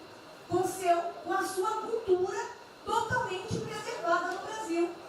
Nós estamos com 1.500.000 ciganos e eu falava de 1.300.000 e são 1.500.000 ciganos. Nós estamos... Então, presidente, nós vamos ter que rever muita coisa na aplicação das nossas políticas públicas no Brasil. Os nossos seringueiros são em números maiores do que a gente imagina no Brasil. Então, tudo que nós formos construir, nós vamos ter que ver, ministro, a questão dos valores também. A questão, os nossos quilombos estão crescendo e os meninos estão nascendo nos quilombos e seus valores estão lá. Então, tudo vai ter que ver a questão dos valores. E quando eu falo valores, ministro, eu quero dizer para o senhor, nós estamos com quase 80.000 idosos em abrigos no Brasil. Eu me surpreendi com números. Nós estamos com quase 60.000 crianças em abrigos no Brasil. Os números estão me surpreendendo. E eu estou com um número absurdo de mulheres também em busca de abrigos por causa de violência. Então, tudo isso tem que vir para este pacote. Nós vamos ter que fazer algumas revisões de políticas públicas no Brasil. Então, por favor, ministro, coloque aí a questão de valores. E quando eu falo valores, aí eu quero olhar para o nosso novo ministro aqui da Saúde e dizer, ministro, valores estão lá no seu ministério também. Neste momento de pandemia, a gente está vendo aí a palhaçada do STF trazer o aborto de novo para a pauta. E lá está a questão de as mulheres que são vítimas do Zika vírus vão abortar. E agora vem do coronavírus. Será que vão querer liberar que todos que tiveram coronavírus poderão abortar no Brasil? Vão liberar geral? O seu ministério, ministro, está lotado de feminista que tem uma pauta única, que é a liberação do aborto. Quero te lembrar, ministro, que está chegando agora, este governo é um governo pró-vida, é um governo pró-família. Então, por favor.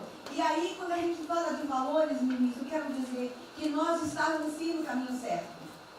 A gente não precisa reinventar muita coisa, não. E eu quero citar aqui um exemplo da política indigenista como este governo estava construindo. Todo mundo começou a dizer, a esquerda começou a falar, que o coronavírus iria dizimar os povos indígenas no Brasil. O primeiro óbito, dia 12 de abril, sabe o que é isso? A forma como nós estávamos conduzindo a política indígena no Brasil. Primeiro óbito, dia 12 de abril. E eu fui lá para a Amazônia, em Roraima, junto com o presidente da FUNAI e o secretário nacional de saúde indígena, para acompanhar o primeiro óbito. A forma como a gente conduziu deu muito certo. Vamos ter que melhorar? Vamos ter que melhorar. E por que nós fomos lá, presidente? Porque nós recebemos a notícia que haveria contaminação criminosa em Roraima, em Amazônia, de propósito, em índios, para dizimar aldeias e povos inteiros para colocar nas costas do presidente Bolsonaro. Eu tive que ir para lá com o presidente da FUNAI e me reunir com os generais da região e o superintendente da Polícia Federal para a gente fazer uma ação ali meio que sigilosa. Porque eles precisavam matar mais índio para dizer que a nossa política não estava dando certo. Então, o que a gente estava fazendo estava dando certo. O que nós estamos fazendo está dando certo. Então, aqui, general, todo o nosso trabalho que envolve políticas de valores precisa estar aqui no Pró-Brasil. E aí, presidente, só para encerrar, eu quero dizer para o senhor que a sua angústia tem razão de ser. Nunca houve tanta violação de direitos no Brasil como neste período. Direitos fundamentais foram violados. No nosso Disque 100 tem mais de 5.000 registros, ministros, de violação de direitos humanos. Mas o senhor tem uma ministra de direitos humanos e uma equipe muito corajosa. São mais de 5.000 procedimentos e ações que estão sendo construídos. Governadores e prefeitos responderão ao processo. Idosos estão sendo algemados e jogados dentro de camburões no Brasil. Mulheres sendo jogadas no chão e sendo algemadas por não terem feito nada. Nós estamos vendo padres sendo multados em R$90.000 porque estavam indo da igreja com 2 fiéis. A maior violação de direitos humanos da história do Brasil nos últimos 30 anos está acontecendo neste momento. Mas nós estamos tomando providências, a pandemia vai passar, mas governadores e prefeitos responderão reunião de governadores e prefeitos. E nós estamos subindo o tom. E discursos estão chegando. Nosso ministério vai começar a pegar pesado com governadores e prefeitos. Nunca vimos o que está acontecendo hoje. Se eles falavam que nós éramos violadores de direitos, eles estão. Inclusive, o governador Wellington agora, ontem, determinou que a polícia poderá entrar nas casas. Vocês não imaginam o que ele vai fazer. Poderá entrar assinou. A polícia poderá entrar na casa sem mandato. Então, assim, as maiores violações estão acontecendo nesses dias. Então, nós estamos fazendo enfrentamento, mais de 5 procedimentos. O nosso Ministério já tomou iniciativa e nós estamos subindo, inclusive, a prisão de alguns governadores. Então, está aí algumas respostas. Valores. Por favor. Valores. Posso falar? Pode falar. Vamos ver mais. Houve aqui uma apresentação, uma representação do ministro Paulo Guedes, que a senhora vai receber mais dinheiro. Obrigada. Ministro Marcelo, obrigado, vou ser bem breve também. Primeiro, parabenizar o ministro Braga Neto pelo... Eu queria só deixar uma coisa seguinte, eu fico bem, cara. Não é trabalho meu, é trabalho da equipe, eu roubei ideia de um tanto de gente, eu roubei ideia aqui, ali, eu roubei ideia, tá? Eu aproveitei a ideia, só coordenei. Um cronograma importante do projeto, obviamente, todos os ministérios, como o Ministério do Turismo também, já estão finalizando até amanhã esse programa de retomada. E, presidente, o turismo, obviamente, ele tem uma importância muito grande para a economia, o Paulo Guedes sabe disso, mais de 8%, ou seja, quase 10% do PIB nacional é turismo. E o presidente falou que vai extinguir o Ministério porque o turismo acabou. Agora precisa do Ministério mais do que nunca, presidente. O turismo ele vinha numa crescente muito importante. O ano de 2019 cresceu 2,6%, enquanto a economia cresceu 1%, gerou 163% a mais de emprego do que o ano de 2018. E, obviamente, no meio dessa pandemia, foi o primeiro a ser impactado de forma brutal. O Rogério Marinho sabe bem disso e nos ajudou muito aí. Quero aproveitar para agradecer o Paulo Guedes, a Marinho também nos ajudou muito nesse processo, de contemplar, ou seja, de ter um plano de ação que viesse evitar o desmonte do setor do turismo, porque grande parte das empresas do turismo passou de um fluxo de caixa de 100 para 0 de um dia para o outro. Então, ações como a suspensão de contrato de trabalho, o ministro Moro também agradeço, teve uma ação fundamental para o setor, que foi uma medida provisória que contemplasse ambas as partes, tanto o consumidor quanto as empresas, através da Senacom, que impediu judicializações em massa, porque aquela pessoa que comprou o ingresso de um show ou um pacote turístico, ela, se fosse para cima das empresas ainda para pedir o reembolso de imediato, isso seria catastrófico, geraria mais desemprego ainda. Essa medida provisória garantiu que as empresas pudessem ter um fôlego, um prazo aí de até 12 meses para fazer esse reembolso. Um terceiro ponto foi a questão dos créditos, que está terminando de ser fechado junto ao BNDES. Agradeço muito aí também o Montesano, a Caixa Econômica também, o Pedro, o ministro Paulo Guedes, que o entrave maior estava na questão das garantias, mas a gente está conseguindo finalizar esse modelo de crédito para contemplar a todos, desde o MEI ao micro, pequeno, médio, o grande empresário no Brasil do setor turístico. O setor, presidente, ficou muito feliz, se sentindo contemplado com todas essas ações medidas por parte do governo federal. O setor do turismo no Brasil fizeram cartas com as principais associações agradecendo a postura do governo federal em relação a isso. Eu quero, presidente, falar um assunto aqui que talvez seja muito polêmico, mas eu acho que é importante esse debate nesse momento.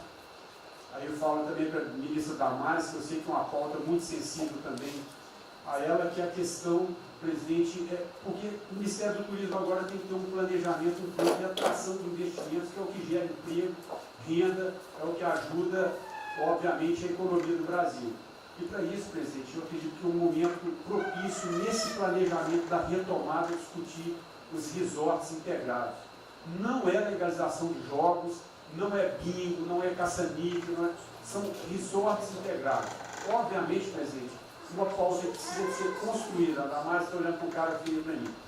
A pauta precisa de ser construída com as bancadas da Câmara, tanto a evangélica quanto a católica, mostrando ou desmistificando vários mitos que giram em torno disso. Não sei se o ministro Paulo Guedes concorda. Nós temos a possibilidade de atrair pelo menos 40 bilhões de dólares para o Brasil só de outorgas, de investimentos imediatos para essa pauta. Mas o que precisa ser feito, presidente, é realmente desmistificar a questão de evasão de divisas, de lavagem de dinheiro, de tráfico de drogas, e para isso eu sugeriria que nesse debate pudéssemos contar com o Ministério da Justiça, através da Polícia Federal, o Ministério Público na mesa, a Receita Federal, os órgãos de controle, mas obviamente, presidente, uma pauta que só levaríamos para frente se a gente conseguir pacificar ou nos fazer entender pela bancada evangélica, pela bancada católica, para que não haja uma distorção na comunicação disso. Tem que ser um projeto muito bem feito, que eu acredito que pode ser, nesse processo da retomada, uma grande oportunidade para o Brasil atrair grandes complexos, dos quais apenas 3% são utilizados para os cassinos. E outra, isso não tem impacto diretamente nenhum na família dos trabalhadores brasileiros. Tá diabo. Não, não é bem isso não. Eu vou ter que começar a desmistificar para dar mais, gente. Eu estou vendo isso.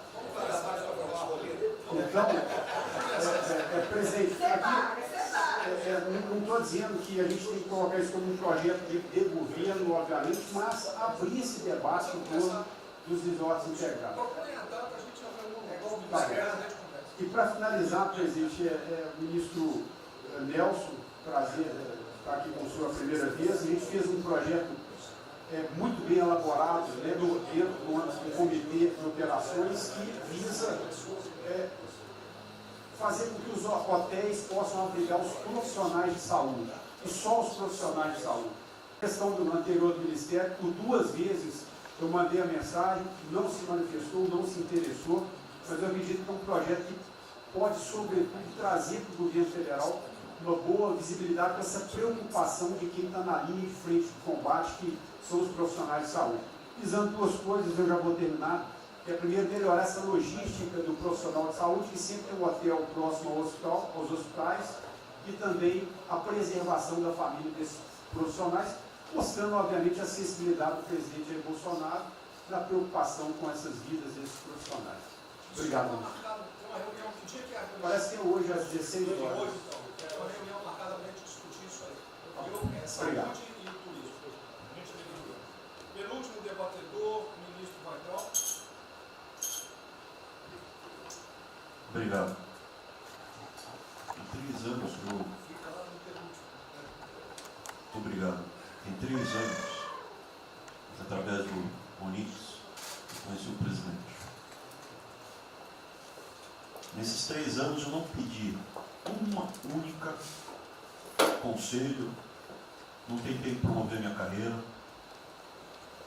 me ferrei na física, ameaça de morte, na universidade, e o que me fez, naquele momento, embarcar junto, era a luta pela liberdade. Eu não quero ser escravo nesse país, e acabar com essa porcaria que é Brasília. Isso aqui é um campo de corrupção, de privilégio. Eu tinha uma visão extremamente negativa de Brasília. Brasília é muito pior do que eu podia imaginar. As pessoas aqui perdem a percepção, a empatia, a relação com o povo. Se sentem inexpugnáveis. Eu tive o privilégio de ver a mais da metade aqui desse time chegar. Eu fui secretário executivo do ministro Onix. Eu acho que a gente está perdendo um pouco desse espírito. A gente está perdendo a luta pela liberdade. É isso que o povo está gritando. Não está gritando para ter mais Estado, para ter mais projetos, para ter mais... O povo está gritando por liberdade. Ponto. Eu acho que é isso que a gente está perdendo. Está perdendo mesmo. povo está querendo ver o que me trouxe até aqui. Eu, por mim, botava esses vagabundos todos na cadeia, começando no STF. E é isso que me choca.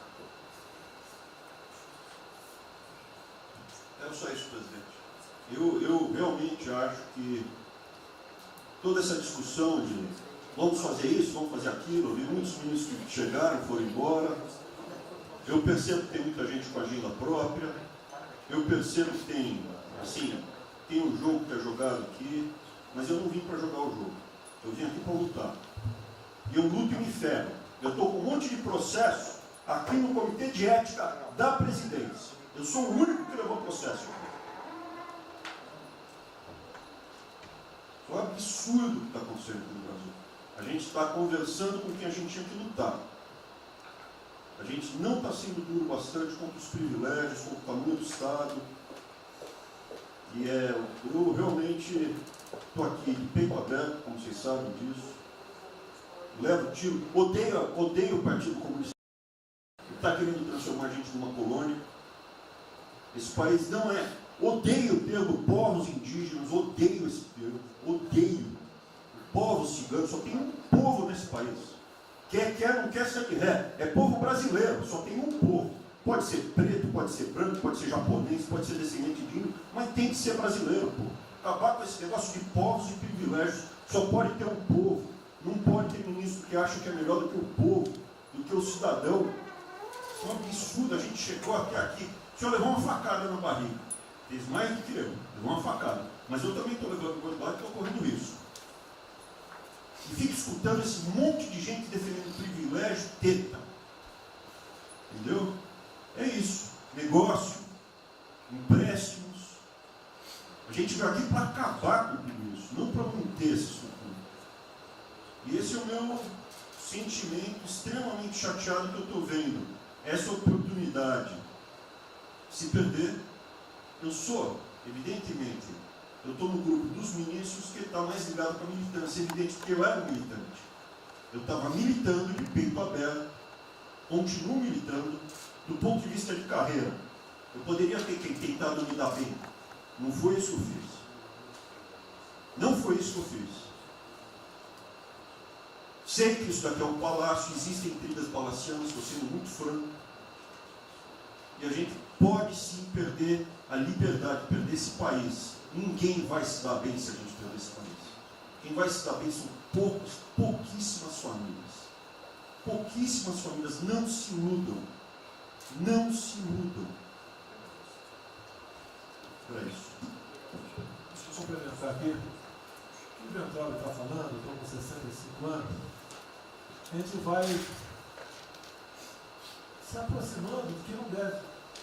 Eu já tenho me policiado tocante a isso daí. São pessoas aqui em Brasília, os três poderes, que não sabem o que é povo.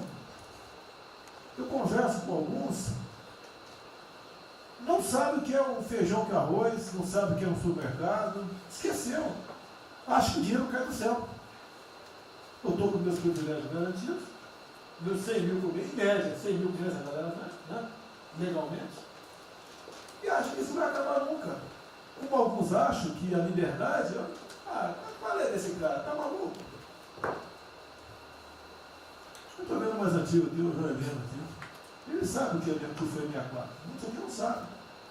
Essa cambada que tentou chegar no poder de 64, se tiver chegado, ele estava fudido todo mundo aqui. Cortando, ele estava felicíssimo cortando cana, ganhando $20 por mês. Não pode esquecer disso. Nós não podemos esquecer o que é esse povo. Eu vou convidar os ministros para domingo e passar essa semana. Convite, né? Não é missão, não, convite. Para ver como é que está o cara na esquina. Para ver uns merda para falar aí, né? Uns merda de sempre. O cara rompeu o isolamento, está dando peça. Tem peça pro cacete, pô. Está passando fome, está na merda, pô.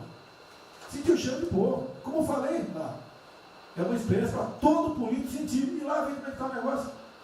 Ou a gente tem que estar como se fosse, né, um general na retaguarda e deixar a tropa se ferrar na frente. Não, o general está na frente, o coronel está na frente, o capitão está na frente.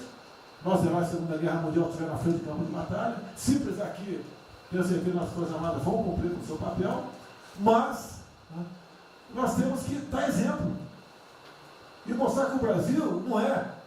Eu sou mais educado que o Ventral, até me poli muito, o linguajar que ele usou, mas não é isso. Que o pessoal pinta por aí, se reunindo de madrugada, para lá, para cá, sem informações. O meu funciona. O meu particular funciona. Os que tem oficialmente desinformam. E voltando ao tema, eu prefiro não ter informação do que ser desinformado por cima de informações que eu tenho. Então, pessoal, muitos vão poder sair do Brasil. Mas não quero sair, ver a minha irmã de Eldorado, outra de Cajati, o coitado do meu irmão, capitão do exército de Miracatu, se fuder, pô. Como é perseguido o tempo todo. É a posta da Folha de São Paulo, diz que meu irmão foi expulso de um açougue em Registro, que estava comprando carne sem máscara. Comprovou no papel, estava em São Paulo esse dia. O dono do restaurante, do açougue, falou que não estava lá. E fica por isso mesmo, isso aqui é problema dele. Né? Mas é putaria o tempo todo para me atingir, mexendo com a minha família. Já tentei trocar gente da segurança nossa no Rio de Janeiro, oficialmente, e não consegui. Isso acabou. Eu não vou esperar fuder minha família toda, de sacanagem, ou amigo meu, porque eu não posso trocar alguém da segurança na ponta da linha que pertence à estrutura. Vai trocar. Se não puder trocar, troca o chefe dele. Pode trocar o chefe dele? Troca o ministro. E ponto final. Não estamos aqui para brincadeira. Eu tenho um garoto aqui, com todo respeito, do BNDES. Eu conhecia, ele usava calção lá. Pode ver os Estados Unidos para cá, podia estar muito bem lá. Veio para cá, eu tentava voltar ao Brasil com o vídeo do Paulo Guedes. E amigos dos pais dele, eu conheci ele, né, Paulo Guedes? Eu não lembro dos teus pais, não de você, tá certo? Mas alguém que está investindo aqui. E todos nós temos que pensar nisso. O que esses filhos de Maia querem, é a nossa liberdade. Olha, como é fácil impor uma ditadura no Brasil, como é fácil. O povo da América, por isso que eu quero, de ministro da Justiça e ministro da Defesa, que o povo se arme, que a garantia que não vai ter um filho da puta aparecer para impor uma ditadura aqui. Que é fácil impor uma ditadura, facílimo. Um bosta do prefeito, faz um bosta no decreto, algema e deixa todo mundo dentro de casa. Se ele tivesse armado, ia para a rua. E se eu fosse ditador, né, eu queria desarmar a população, como todos fizeram no passado, quando queriam, antes de impor a sua respeito da ditadura. Aí, que a demonstração nossa, eu peço ao Fernando e ao outro, que, por favor, assine essa portaria hoje, que eu quero dar um puta do recado para esses bosta. Por que eu estou armando o povo? Porque eu não quero uma ditadura. E não dá para segurar mais. Não dá para segurar mais. Quem não aceitar as minhas bandeiras, Damares, família, Deus, Brasil, armamento, liberdade de expressão, livre mercado, quem não aceitar isso está no governo errado. Espere para 22, né, o seu Álvaro Dias, espere o Alckmin, espere o Haddad, ou talvez o Lula, né? E vai ser feliz com eles, pô. No meu governo está errado. É escancarar a questão do armamento aqui. Eu quero todo mundo armado. Que o povo armado jamais será escravizado. E que cada um faça, exerça o seu papel, se exponha. Aqui eu já falei. Pede o ministério quem for elogiado, pela Folha e pelo Globo. Pelo antagonista. Tá? Então tem certos blogs que só tem notícia boa de ministro, não sei como. O presidente é uma porrada, o ministro é elogiado. A gente vê por aí. O governo tá, o Ministério do Bem, apesar do presidente. É pra puta que eu pariu, porra. Eu disse, cadê o time, porra? Trocamos time, espero trocar mais ninguém, espero. Mas nós temos que, na linha do Van Traub, de forma mais educada um pouquinho, se preocupar com isso. Que os caras querem é a nossa hemorroida, é a nossa liberdade. Isso é uma verdade. O que esses caras fizeram com o vírus, esse bosta desse governador de São Paulo, esse estrume do Rio de Janeiro, entre outros, é exatamente isso. Aproveitaram o vírus, está um bosta do prefeito lá de Manaus agora, abrindo cobras coletivas. Um bosta, que quem não conhece a história dele, procure conhecer, que eu conheci dentro da Câmara aqui do meu lado. Né? E nós sabemos que a ideologia dele e o que ele prega. E que ele sempre foi. O que está aproveitando agora, um clima desse, para levar o terror no Brasil. Né? Então, pessoal, por favor, se preocupe, que é mais importante que a vida de cada um de vocês, que é a sua liberdade. Se não me preso, não vale porra nenhuma.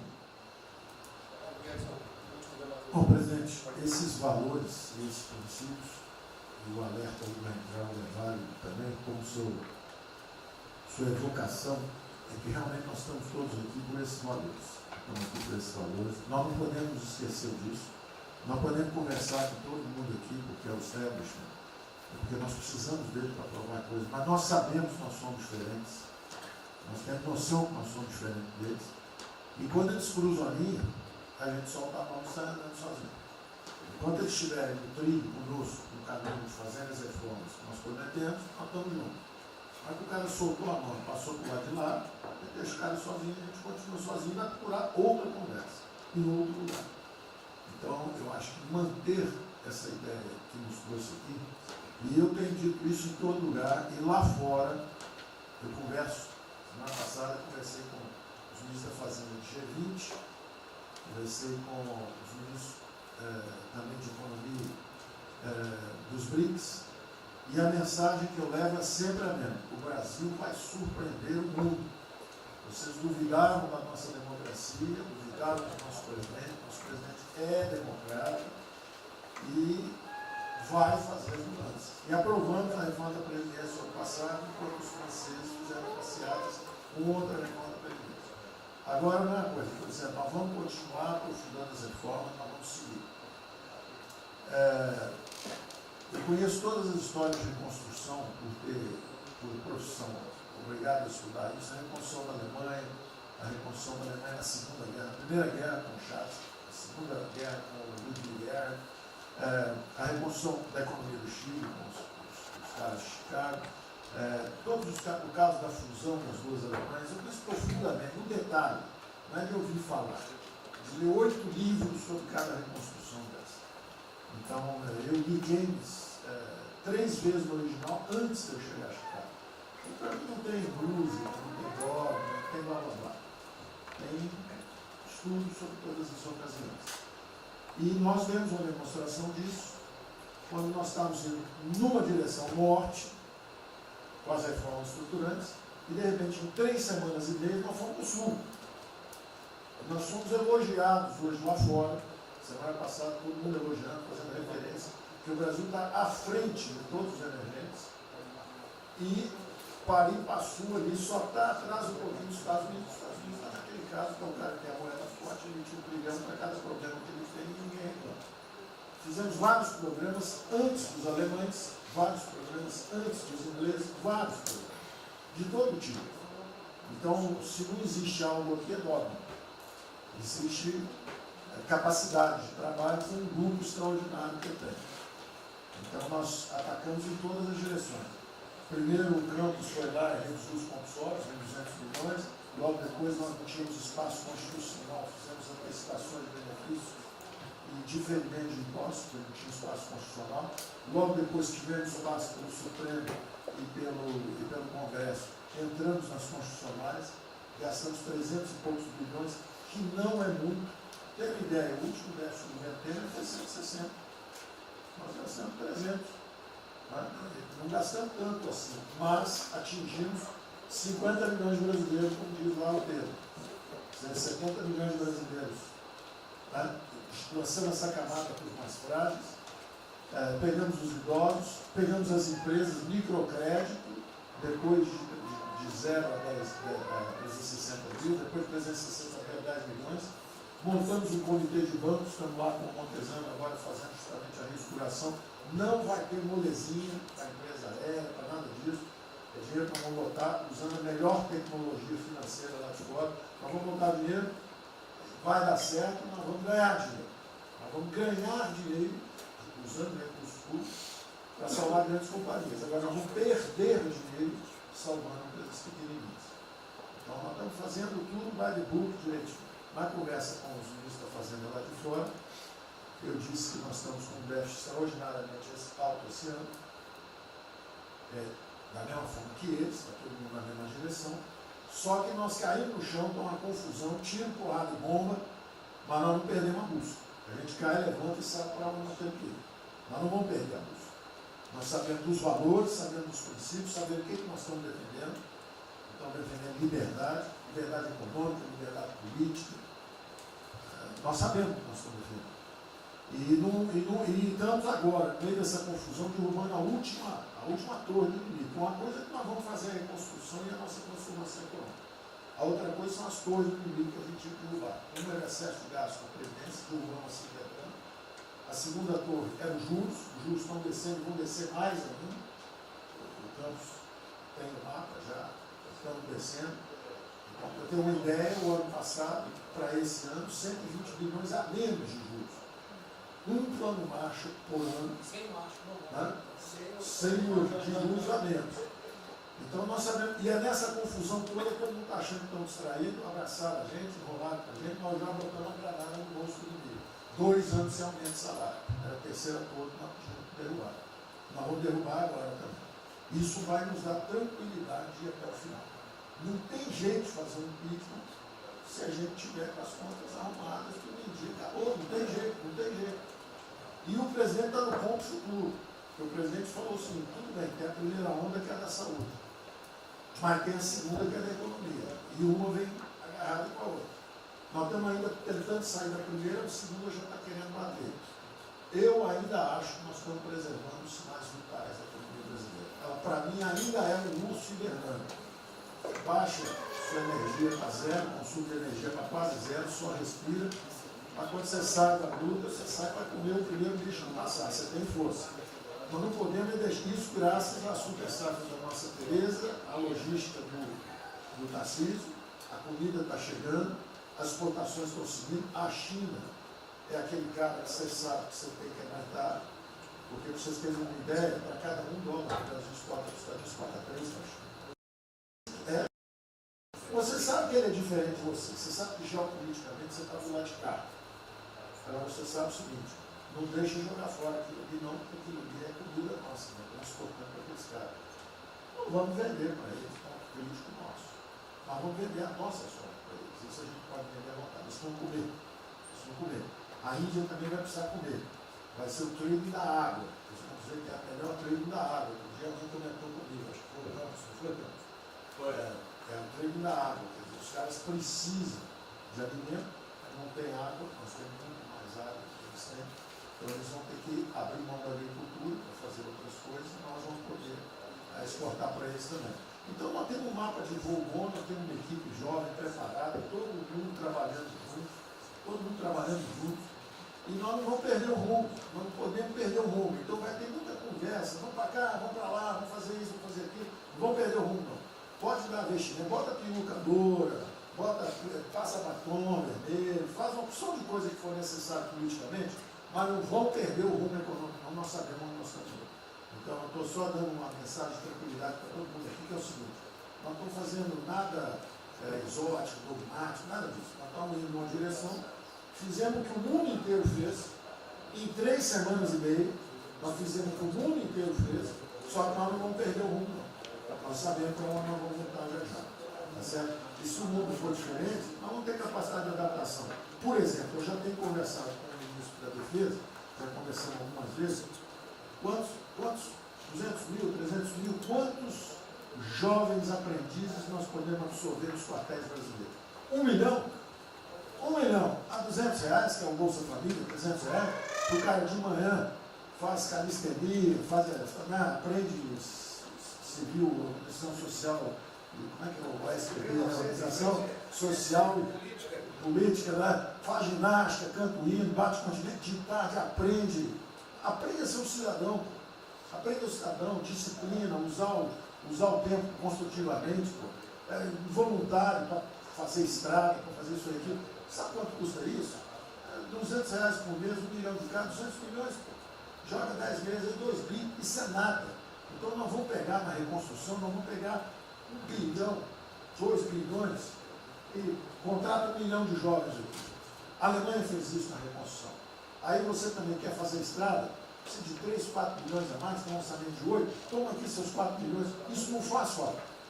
Não faz falta. Não é isso o problema. A mesma coisa o nosso programa do jogo, lá nos recursos integrados, não tem problema nenhum, são milionários, executivos do mundo inteiro. O cara vem, fazem convenções, olha, o turismo saiu de 5 milhões de Singapura para 30 milhões por ano. O Brasil recebe 6. Uma pequena cidade recebe 30 milhões de turistas. O sonho do presidente de transformar o Rio de Janeiro em Cancún, Maior dos Reis em Cancún, aquilo ali pode virar um raio. Entendeu? A mesma coisa a Espanha. Espanha recebe 30, 40 milhões de turistas. Isso é uma cidade da Ásia. Macau recebe 26 milhões hoje na China. Só por causa desse negócio. É um centro de negócio. É só maior de idade. O cara entra, deixa a grana lá, que ele ganhou anteontem, ele deixa aquilo lá, bebe, sai feliz da vida. Ele ali não atrapalha ninguém. Ele não atrapalha ninguém. Deixa cada um se fuder. Deixa o presidente fala de liberdade. Deixa cada um se fuder do jeito que quiser. Principalmente se o cara é maior, vacinado e bilionário. Deixa o cara se fuder. Lá não entra nenhum brasileirinho. Não entra nenhum brasileirinho desprotegido. Se a CGU tiver como controlar a entrada e a saída do dinheiro. Isso, então vamos lá. Se não tiver como lavar dinheiro sujo. Então, só para terminar as observações também finais ali, o Campos falou duas coisas também interessantes. Então, o Campos falou duas coisas interessantes ali. Uma é o seguinte: o estrangeiro para vir para fazer investimento, eu recebi um embaixador, já reportei isso para o presidente, eu recebi um embaixador dos Estados Unidos e ele veio conversar conosco. E a mensagem maior dele era uma só. Assim, olha, nós queremos um bom ambiente de negócio. Nós vamos colocar centenas de bilhões de dólares. O mundo inteiro quer investir no Brasil. Agora nós precisamos de um bom ambiente de negócio. Simplificação de impostos, segurança jurídica, coisa desse tipo. Né? Então, o secretário do Comércio americano, que é o Wilbur Ross, o cara me disse o seguinte: eu só tenho um conselho para vocês. Vamos aderir ao GPA, que é o General Purchasing Agreement, que é o seguinte: é um acordo, nós com a entrada na OECD, nós assinamos esse acordo, e esse acordo diz o seguinte: não pode haver nenhuma compra governamental sem transparência. Acabou. Então não basta a gente fazer isso, quer dizer, não vai fazer concorrência para concessão, privatização. Então nós já estamos na pista certa, já estamos indo na direção certa. Só uma informação sobre isso aí. Eu fiz uma reunião com o pessoal da CDE essa semana, agora foi semana passada, falando do nosso interesse. Eles falaram que já nos consideram da CDE. Sim. Tá? Então os ministérios, estou falando isso porque vários ministérios têm uma pauta a cumprir. Vamos continuar nisso porque vamos dizer, a impressão foi excepcional. Isso, só um dado aqui do OCDE, rapidamente do OCDE, não, o embaixador disse isso. O embaixador disse: nós não podemos perder a oportunidade do presidente está tão próximo aqui. Os nossos dois presidentes estão próximos. Nós não podemos perder essa oportunidade. O presidente da OCDE disse que realmente os Estados Unidos, que era, vamos dizer assim, tinha uma certa objeção, agora já está favorável. Ministro, é só um dado: a OCDE, 90% dos países que hoje integram a OCDE já contam com os resorts integrados. Os outros 10% são muçulmanos. 88% tem um ensino domiciliar. Então a gente vai entrar com a MD hoje lá, tá? Vamos escolher. Pronto, obrigada.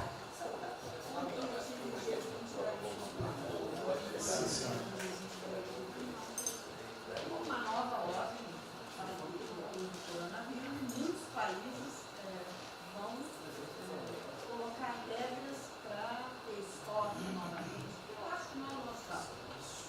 Nós temos que ter acesso ao mercado, mas nós precisamos incentivar o trigo. É o único produto que o Brasil não é autossuficiente. O resto, se amanhã quiser fechar, temos 2 milhões. Nós temos 2 milhões, certamente. Mas nós temos 2 milhões de hectares na linha Mato-Piba, prontos, inclusive com a Embrapa, com variedades super produtivas para poder investir lá. Precisa de dinheiro. Uma última coisa: o dinheiro que volta, financiamento. Nós precisamos baixar os custos. A agricultura não aguenta 9% dos Sobre o Brasil não fala nada, não. O Banco do Brasil não está tudo em cobra. O Banco do Brasil não está tudo em cobra, porque não é privado nem público. Então, se for apertar o Rubem, coitado, ele é super liberal. Mas se apertar ele e falar, bota o juro baixo, eu não posso, senão a turma, os privados, meus minoritários, me apertam. Aí você fala assim, bota o juro alto, eu não posso, porque senão o governo me aperta. O Banco do Brasil é um caso pronto de privatização. É um caso pronto, e a gente não está dando espaço. O senhor já notou que o BNDES e a Caixa, que são nossos públicos, a gente faz o que a gente quer. Mas o Brasil não consegue fazer nada, e tem um liberal lá. Então tem que vender essa porra logo.